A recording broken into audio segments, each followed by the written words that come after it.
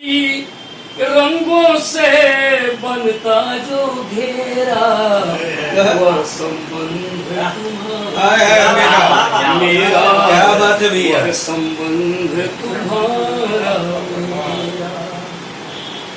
कुछ संबंध टूटते बनते अपना अटूट बंधन है।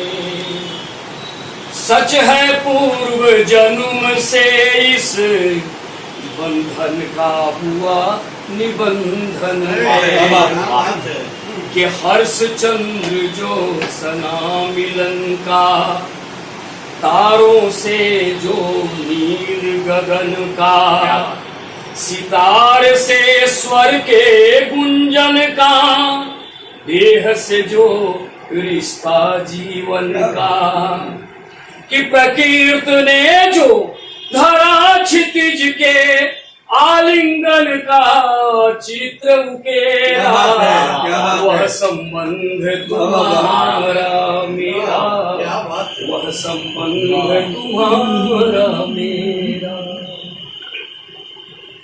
कि सपनों की अल्पना बनाकर तुझको उसमें किया निमंत्रित, आकर अपनी नुपुर ध्वनि से तनिक उन्हें कर दो अभिमंत्रित। कि शब्दहीन उल्लास तुम्हारा, हर अटूट विश्वास तुम्हारा, मधुर हास परिहास तुम्हारा, अतुल प्रीत विन्यास तुम्हारा, प्रेमिल नैनों में बनता जो अमर प्रेम का सुघर बसेरा, वह संबंध तुम्हारा मेरा, वह संबंध तुम्हारा मेरा।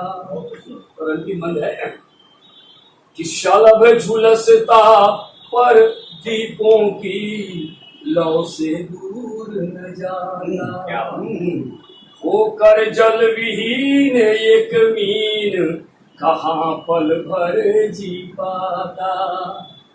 कि सावन से रिश्ता फुहार का, फागुन से नाता बहार का, बादल से बिजली के प्यार का, यौवन से जो है श्रृंगार का, अकथ्य कल्पित भाव प्रणय का, हृदय गेह में डाले डेरा, वह संबंध तुम्हारा मेरा, वह संबंध तुम्हारा मेरा। जो संबंध क्या बात, जो संबंध तुम्हारा मेरा। बहुत धन्यवाद। मेरे साहित्यिक जीवन की शुरुआत हुई थी और ये शहर में स्नेह भी बहुत हुई। 1973 में मेरी पहली कविता छपी और 1984 के पहले यानी 1983 तक, एक दशक तक यहाँ के मंचों पर मैं उपस्थित होता रहा। साहित्य का विद्यार्थी होने के बाद जब लगा कि कविता सिर्फ भावनाओं की अभिव्यक्ति नहीं है, वह अपने समय संदर्भों से संवाद भी है, तो मैं गद्य की ओर चला। 84 एक घटना घटी। चंपारण की हिंदी पत्रकारिता के 100 वर्ष पूरे हुए। एक लेख मैंने तैयार किया था,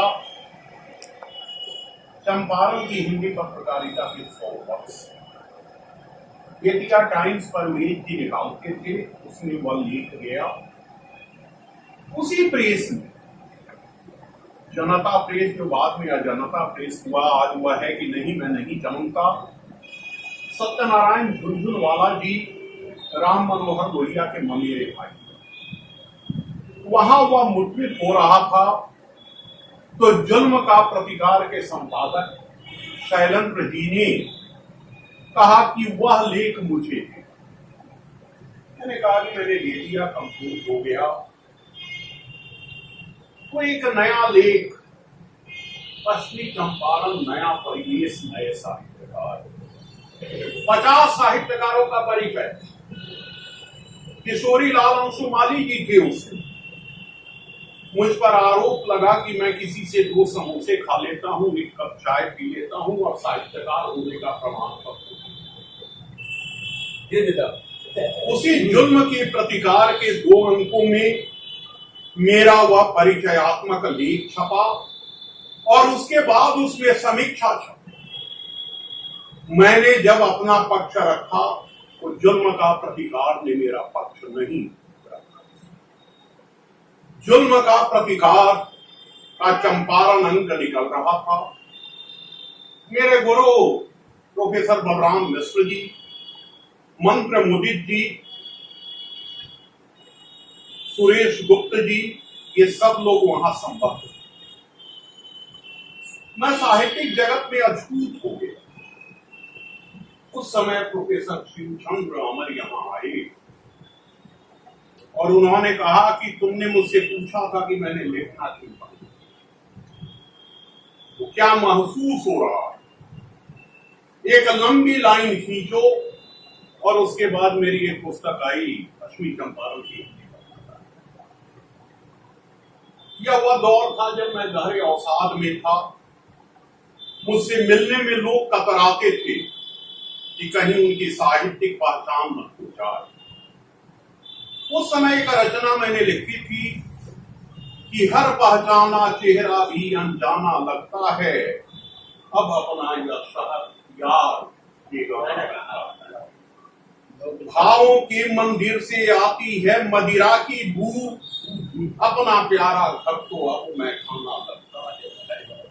कैसे गले लगा लूं उनको जो मुझसे है दूर, और जिन्हें मेरा गाना तुतलाना लगता है। मेरे भावों को उनका क्या कभी मिलेगा प्यार, जिनको मेरा रुदन भी बचकाना मिलता है। और एक आंख से देख रहे जो आज भविष्य की ओर, उनको ही अनजान कदम में गाना लगता है। क्या बात। अनजान तखल्लुस मैंने उसी समय हटा दिया। 1993 तक मैं कविताएं लिखता था, मंच पर गाता था, उसके बाद मैंने बंद।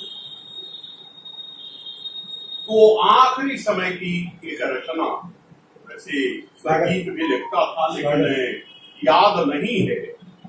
कविता की एक पुस्तिका भी छपी थी पगडंडियों से चलकर। वो एक रचना अब याद है कि नहीं, लेकिन मैं कोशिश करता हूँ। बूंद बूंद का सावन होना ठीक नहीं है, बात बात में गुमसुम होना ठीक नहीं है। क्या कहना? बूंद बूंद का सावन होना ठीक